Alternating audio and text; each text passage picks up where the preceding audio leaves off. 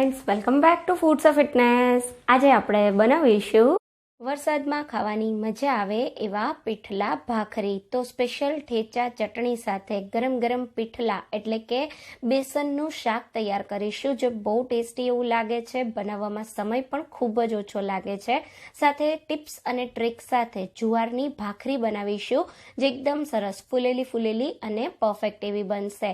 તો વરસાદની સિઝનમાં આ ગરમ ગરમ પીઠલા ભાખરી બહુ ટેસ્ટી એવા લાગે છે, અને ઘરમાં કંઈ શાક ના હોય તો પણ તમે આ પીઠલા ભાખરી બનાવી શકો છો. ચાલો બનાવીએ. જોતા જ ખાવાનું મન થઈ જાય એવા પીઠલા ભાખરી.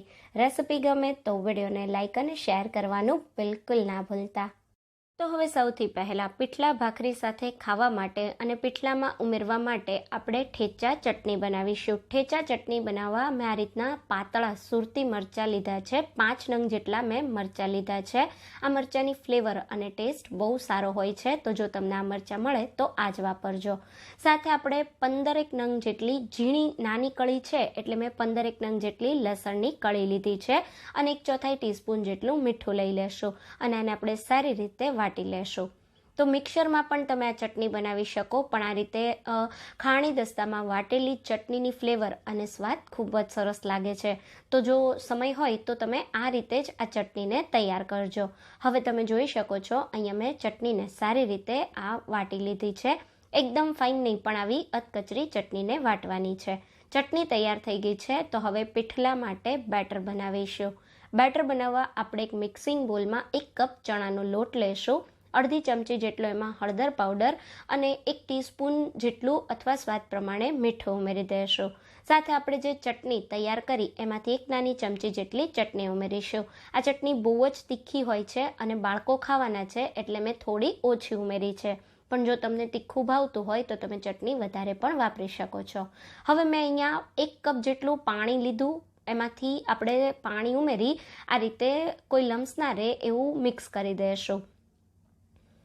તો અહીંયા મેં ટોટલ 1 કપ જેટલું પાણી ઉમેરી બધું સારી રીતે મિક્સ કરી દીધું. પછી મેં આમાં બીજો 1 કપ પાણી ઉમેર્યું, તો ટોટલ અત્યાર સુધીમાં મેં 2 કપ જેટલું પાણી વાપર્યું છે. અને હવે આપણે આમાં હજી 2 કપ જેટલું પાણી ઉમેરી દઈશું. તો 1 કપ લોટ સાથે આપણે 4 કપ જેટલું પાણી લેવાનું છે.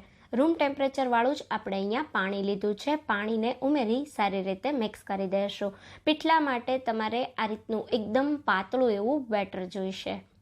તો અહીંયા તમે જોઈ શકો છો, ગાંઠા ના રહે એવું મેં બધું સરસ મિક્સ કરી દીધું છે. હવે પીઠલા બનાવવા માટે આપણે એક નોનસ્ટિક કડાઈ લેશું, અને એમાં 2 ટેબલસ્પૂન જેટલું તેલ ઉમેરી દઈશું. તો નોનસ્ટિક કડાઈ લેશો તો તમારે વધારે ચલાવવું નહીં પડે, અને પીઠલા બિલકુલ તળિયે ચોંટશે નહીં. તો તેલ ગરમ થાય એટલે 1 ટીસ્પૂન કરતાં થોડી ઉપર રાઈ ઉમેરી દઈશું. હલકી એવી રાઈ ફૂટે એટલે આપણે આમાં 1 ટીસ્પૂન જેટલું જીરું ઉમેરી દઈશું.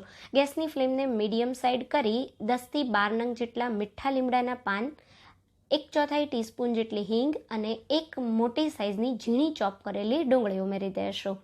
તો ડુંગળી તમારે થોડી વધારે વાપરવી હોય તો વધારે પણ વાપરી શકાય. અહીંયા તમારે થોડી તીખાશ જોતી હોય તો તમે ઝીણા કાપેલા લીલા મરચાંના ટુકડા પણ ઉમેરી શકો છો. હવે આપણે બધું આ રીતે સરસ મિક્સ કરી ડુંગળીનો કલર બદલાય એટલે આપણે આમાં જે પીઠલાનું બેટર તૈયાર કર્યું એને ઉમેરવાનું છે. તો બેટરને એકવાર મેં સારી રીતે મિક્સ કરી દીધું, અને ગેસને આપણે સ્લો મીડિયમ સાઈડ કરી આ રીતે ચમચાથી ચલાવતા રહેશું અને બધું બેટર ઉમેરી દઈશું.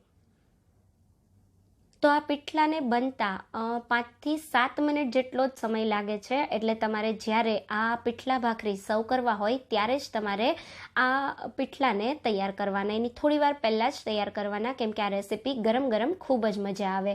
હવે તમે જો 2-3 મિનિટ પછી આ રીતનું એકદમ ઘાટું બેટર તૈયાર થઈ ગયું છે. જો તમને એવું લાગે કે વધુ પડતું ઘાટું થયું છે તો થોડું ગરમ પાણી ઉમેરી શકાય.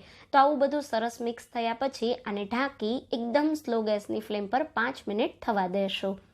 તો 5 મિનિટ પછી મેં એકવાર આને વચ્ચે ખોલીને ચેક કરી લીધું હતું, ચલાવી લીધું હતું. હવે 5 મિનિટ પછી સરસ આપણા પીઠલા થઈ ગયા છે.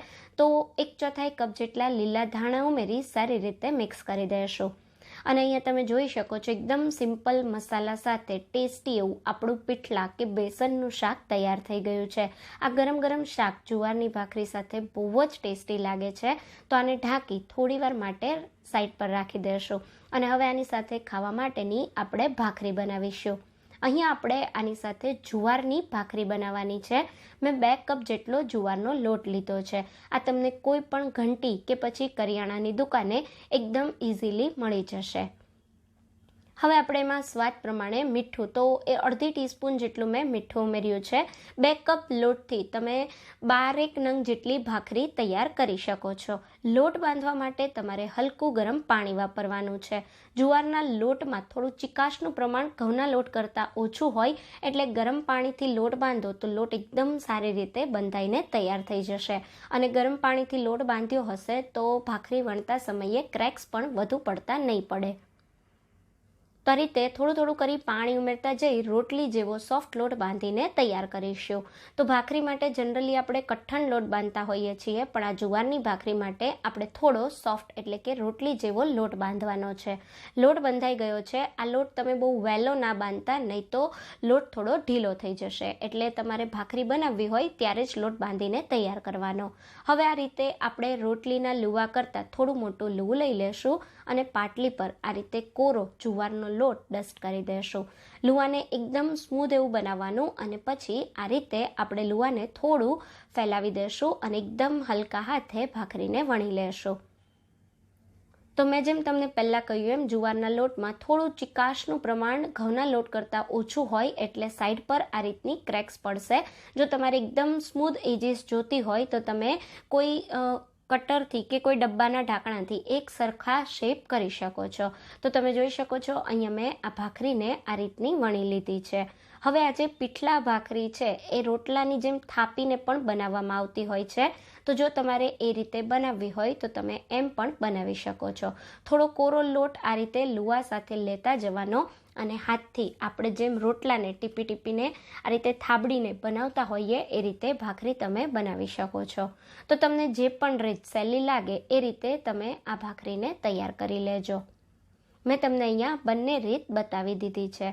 હવે આ ભાખરીને શેકવા માટે અહીંયા મેં તવીને માટીની તાવડીને ગરમ કરવા રાખી દીધી છે. જો આવી માટીની તાવડી ના હોય તો તમે રેગ્યુલર રોટલીની તવી પર પણ ભાખરીને તૈયાર કરી શકો છો. તો ભાખરીને આ રીતે તવી પર રાખી સ્લો ગેસની ફ્લેમ પર 3 મિનિટ જેવી થવા દેશો.